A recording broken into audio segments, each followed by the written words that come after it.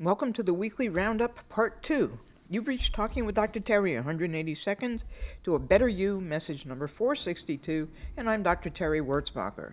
Let's pick up from where we left off yesterday. Debbie liked Tim's comment about us filling our minds with so much stuff. She said she stopped herself the other day, which was great, when she noticed she was going over a situation in her mind. She asked herself, why am I thinking about this? I don't want to think about it. Then she decided to give herself 3 days to pray for the situation and the person.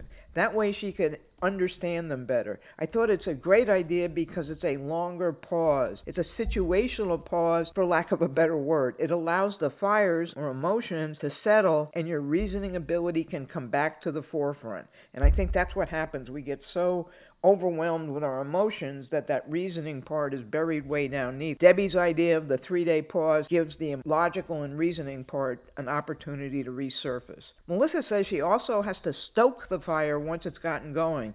In education, it's not enough to just kindle it, and I think that applies to education of everybody. And I think that's why Dr. Gilbert talks about he's not an idea person, he's an action person. He wants his messages to cause action in people. I also think Melissa could and should, although it's not my place to tell her that, write a personal essay on this subject and submit it to educational journals. I think it's important enough that if she wrote an essay, people would listen. Aaron told me about his process for listening to my call every day.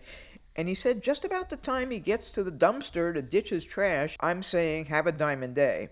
Now, I'm not going to read anything into that, but since he's Aaron, I'm not really sure whether I should read anything into it or not. He's also working on being a rock singer, I think, because he continues to serenade me almost every day. Frank commented that the universe is round and anything you do comes back to visit you. Aaron said that having a hotline is like having a baby. Like he's the expert in the babies, maybe the hotline part, but not the baby part. Some babies come out easy and others take a lot of work. I'm not an expert on that either, by the way. So despite his anatomical differences, I do agree with him. He also said that you all are practicing your own form of discipline by calling every day. And I never thought of it like that, but I really like that concept. Holly had a fantastic question, which I'm going to have to cover in a separate message and try to do that next week. You certainly know that this week was not the end of life messages. But she talked about nutrition wishes at the end of life, and that's one of the hardest decisions that loved ones have to make, and it's also one of the most difficult to understand, and I'll try to unpack that for you. Karen liked the rampage of appreciation, and she talked about how it's so important for us to keep our personal vibration as high as we can because of all that's going on in the world and despite all that's going on in the world. Have a diamond week, everybody.